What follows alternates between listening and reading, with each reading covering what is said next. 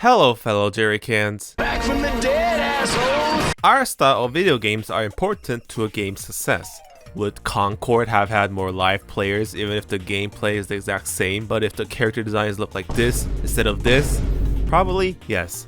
Would Overwatch have been as successful if the game didn't have the iconic Pixar-esque Gooner-friendly look? Probably not. Our style is important. On that note, recently I've been catching up on my giant backlog of games. Within that was the Super Mario RPG remake released in 2023. I've beaten the game and I even beat that super hard post-game final boss fight. It was a wonderful experience and the game's great, and I'll recommend it to anyone. However, as I progressed more and more, a thought began to sprout in my mind. I realized I was beginning to dawn on an inconvenient truth, a realization that something was not right. What did I realize? That Super Mario RPG was a faithful Chibi remake, and I enjoyed it. I enjoyed a faithful video game remake with a Chibi art style. A string of words that scarred me for life 3 years ago when Pokemon Company gave me the worst present for my 24th birthday. Mario RPG is indeed a faithful Chibi remake of a video game. However, my enjoyment of both games were so severely different. One gave me good gameplay, one gave me AIDS! So it got me thinking, why does one faithful Chibi remake work? And why does one faithful Chibi remake give me AIDS? Why is one FCR celebrated by Nintendo fans when it was revealed? And why is one FCR met with Oh my god, bro. Oh, hell no, man. What the fuck, man? Get your ass on, boy. why is one unspoken riz? And why is the other sexual harassment? I wanted to dissect this issue for this video because I think it'll be a fun topic. After all, it's the release season of another Chibi art style game on the Nintendo Switch, and it's called The Legend of Zelda Echoes of Wisdom. So it's a perfect time to talk about this topic again and bring the accursed Sinnoh remake back into the spotlight. I will talk mostly about Pokemon BDSP, Link's Awakening remake, and the Mario RPG remake because these are the games best suited for the comparison. I will talk more about Echoes of Wisdom, but please note that the game was not out when this video was being made, so who knows, maybe the trailers was a lie and the game is shit. Oh, and before I begin, I must make it very clear, while I've played both Pokemon Diamond and Pearl growing up, and its remakes obviously, for Mario RPG and Link's Awakening, I never played the originals on the SNES and Game Boy because A, I was a sperm cell when the original releases came out, and B, the graphics and gameplay aged like GBA Cheeseland, so I never wanted to play it on emulator. Therefore, I'm not very familiar with the original Super Mario RPG on SNES and Link's Awakening on Game Boy, so there might be things I miss. I'm a Pokemon guy, so this is just my personal take on the subject. Anyways, why does Mario RPG and Link's Awakening work and BDSP doesn't? Part 1. Overall graphics. First, let's get the obvious one out of the way, the visuals alone. Let's pretend that Pokemon Diamond and Pearl on the DS, Mario RPG on the SNES, and Link's Awakening on Game Boy never existed. Let's pretend these aren't remakes but new releases. Imagine these games exist in a vacuum. How do both games compare? Still, Super Mario RPG and Link's Awakening looks great, and BDSP looks like shit! Super Mario RPG, while having a Chibi art style, is a very graphically advanced game. The lighting, the textures, the shadows, the animations, everything. Digital Foundry did a great job breaking down the graphical capabilities of this game if you want to learn more. Just look at what Bowser's castle looks like in the game, the moody lighting from the windows and shadows it creates. The lava areas look beautiful with the orange lighting, the towns look beautiful with lush color everywhere, the forest area is well done with the purple mist effects. I can go on and on about how well done the environments are in this game. Link's Awakening 2 is also another beautiful game. The game is supposed to have a dreamlike atmosphere, so Link and other characters looking like toys fit the tone of the game.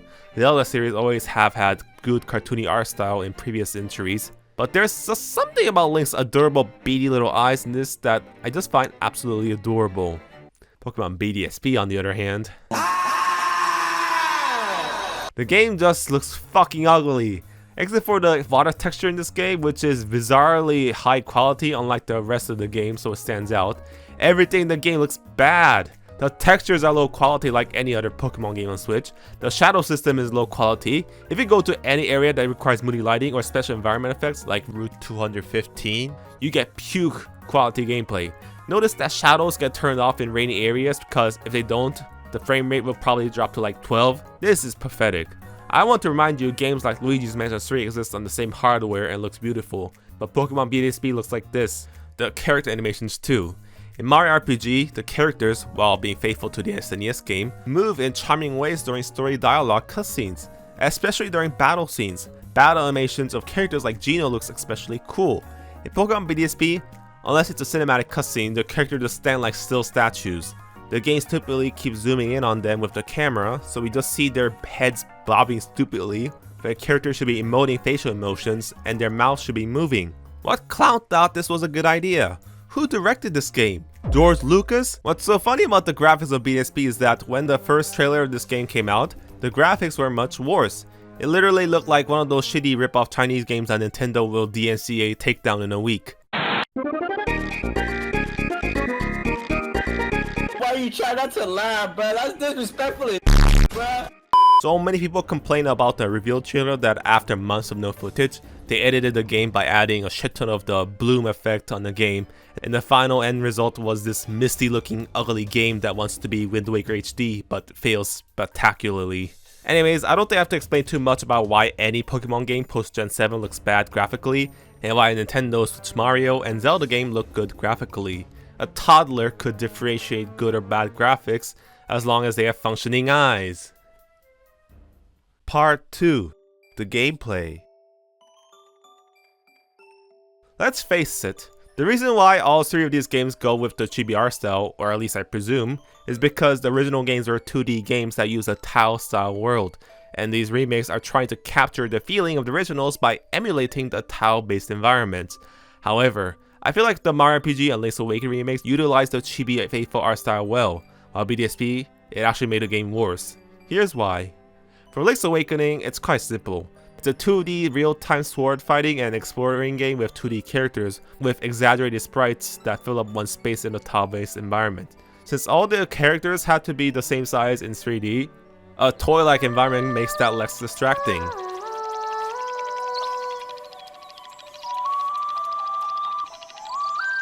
As for Mario RPG, they clearly wanted to capture the original game's isometric art style, and the entire game's world and character designs are banking on the isometric art style. Like, I think Bellum or Booster or Fat Yoshi would not have had the same impact to modern gamers if they were not facing a 45-degree angle.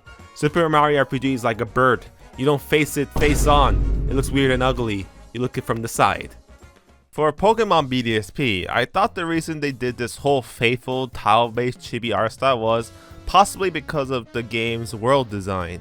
And yes, I know, I've said the chibi art style might work in a video I made before the game came out, and it was for this specific reason. You see, a lot of places in Sinnoh's entire map design are very narrow and cramped.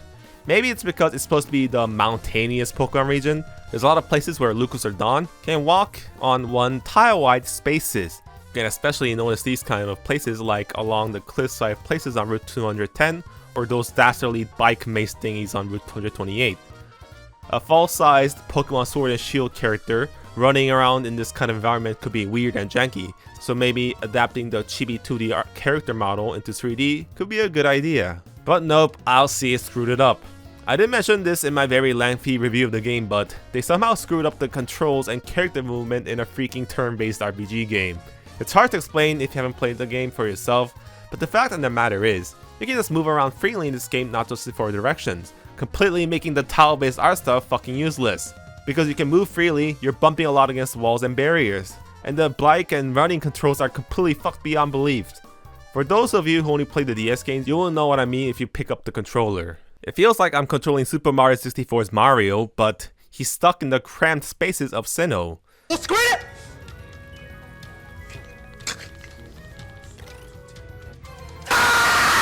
Also, this is a minor thing, but do you remember the fact that in Sinnoh, there's a unique trainer class called Poke Kid? These trainers were a kind of cute gimmick in Gen 4 because the sprite of them in the overworld looked exactly the same as Pikachu.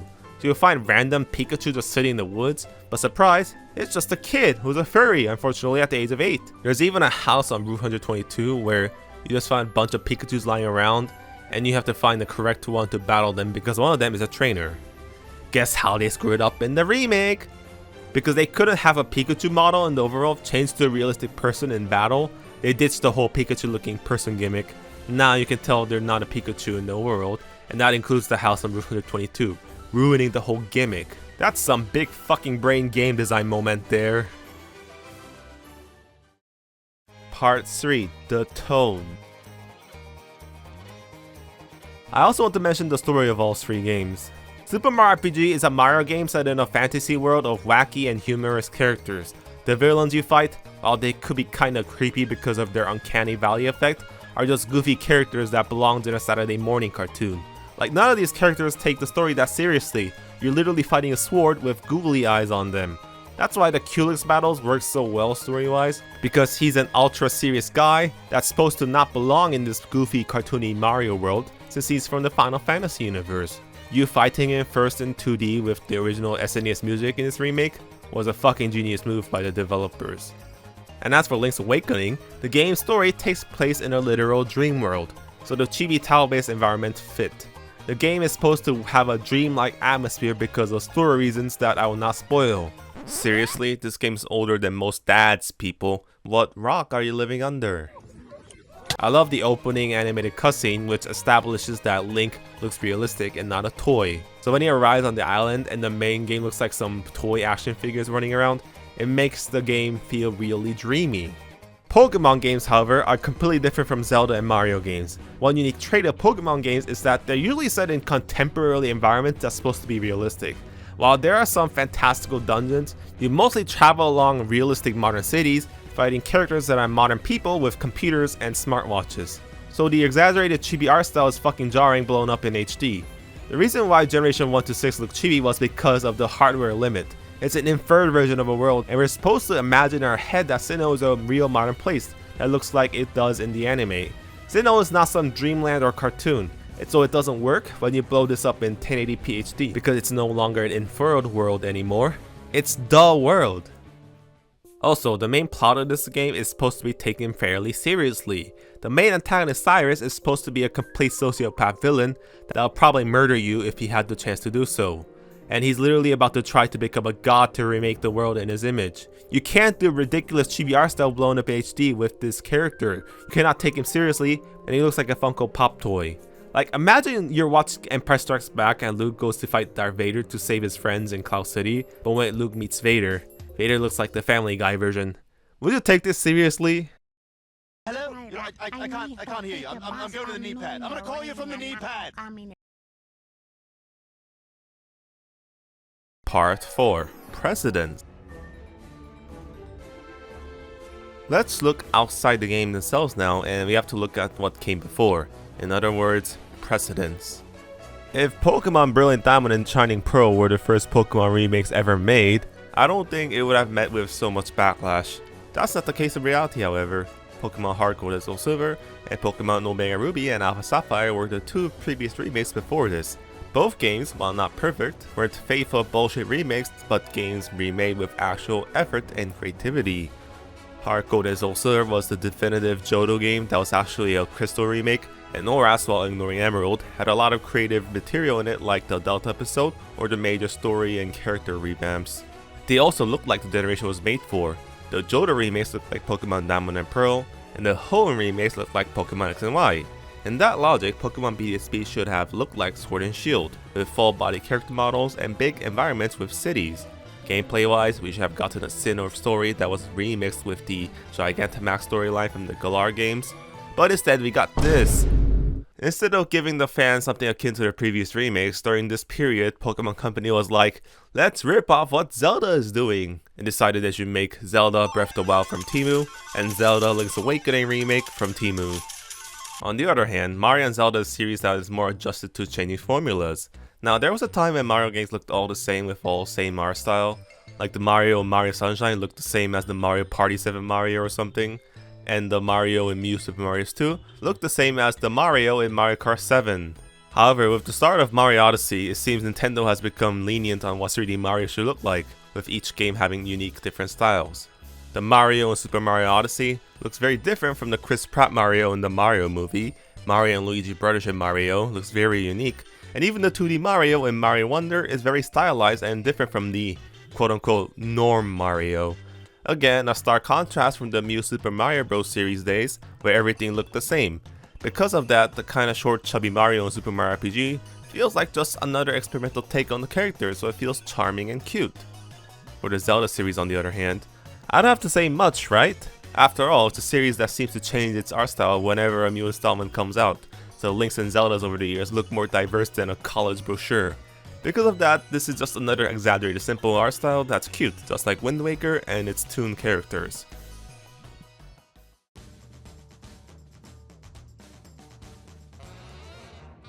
Let's also talk about the expectations of the fans from their perspective. For this one, some people might disagree with me and I'll see why. It might sound silly, but I think most Mario and Zelda fans wanted faithful remakes, unlike Pokemon. For Super Mario RPG, because this game was the birthchild of Square Enix and Nintendo, it was considered dead property after 1996. Nintendo would treat it as if this game did exist, and the series was never continued without a sequel. The OG characters were erased from history and never mentioned again. Instead, the series was replaced with game series that were completely different from the original, that being Paper Mario and the Mario and Luigi series. Because of that, and the fact that a lot of Gen Xers grew up with this game, the Mario RPG fans were like the most devoted fucking hipster people I've seen on Nintendo internet fandom. Like, the amount of annoying fuckers saying, "Gino for Smash Bros" was insane. And I think these bunch of people didn't want their childhoods being changed or adjusted. You see, when it came to these characters, it was like the first time you could see these guys in HD 3D. Oh, so that's what Booster looks like, he's not Red Wario. Oh, so that's what the Accent Rangers are supposed to look like. Oh, so that's what Smithy's creepy Final Form is supposed to look like. We finally got to see Gino in HD, yay! Is the selling point of the entire game. If they changed up stuff in the remaster, I think there would have been fans angry about the fact that there were changes. Remember when Majora's Mask 3D made a lot of changes to the game and people called it the George Lucas Special Edition treatment? Imagine the raging fit the fans of this game would have had if it didn't have the iconic 45 degrees isometric art style. They would die of a stroke because it's the game's whole identity and self-worth. Also, I felt the original Link's Awakening was a game that was cursed by being limited by the technology of its time. So for this reason, fans would have wanted a remake that didn't change up the main meat of the game too much. What do I mean by that? Well, for example, in the game, you collect instruments as you progress to play a song to unlock the final dungeon. It leads to a cinematic cutscene where Link uses all the instruments, somehow, to play the full version of the Ballad of the Windfish on the slopes of Telltale Heights. Problem is, the original game was on the Game Boy, a console literally that could just make beep noises. This ain't a cello or marimba, man. So finally, with the game being on a modern console, we can actually hear the sound of the instruments being played on real instruments in full orchestral form. It's fucking glorious. The music of Link's Awakening could be just worth the purchasing price. However, I want to say this. Look at the titles. Nintendo and Square Enix aren't trying to fool anyone with the remake. They could have called this game Super Mario RPG Return of the 7 Stars, or even Super Mario RPG HD, which is a common naming convention with remakes, but instead they just called it simply Super Mario RPG, so we have to differentiate it by calling it Super Mario RPG 2023. The title is literally the same as the original, so it's expected that the game will be basically the same as the original. Same with Link's Awakening. It's Link's Awakening 2019, not Link's Awakening HD. Anyways, what I'm trying to say is that if they release PDSP as just Pokemon Diamond and Pearl 2021, I think more people would have been less disappointed. Hey, at least they weren't bullshitting with the titles. However, that is not the case. Just like the previous Pokemon remakes that added new adjectives or nouns before their original titles, this game is titled Pokemon Brilliant Diamond and Shining Pearl. Since it follows the same naming scheme as the previous 3 remakes, the expectations of the fans are the same as the previous 3 remakes. But PDSP is nothing like the previous 3 remakes, so they lied to us, those damn bastards. Anyways, for concluding marks, I will say this. If Link's Awakening and Super Mario RPG were limited by the technology of their time, Pokemon Brilliant Diamond and Shining Pearl is a remake that's limited by the laziness, rushed, and greediness of our time. Case fucking closed.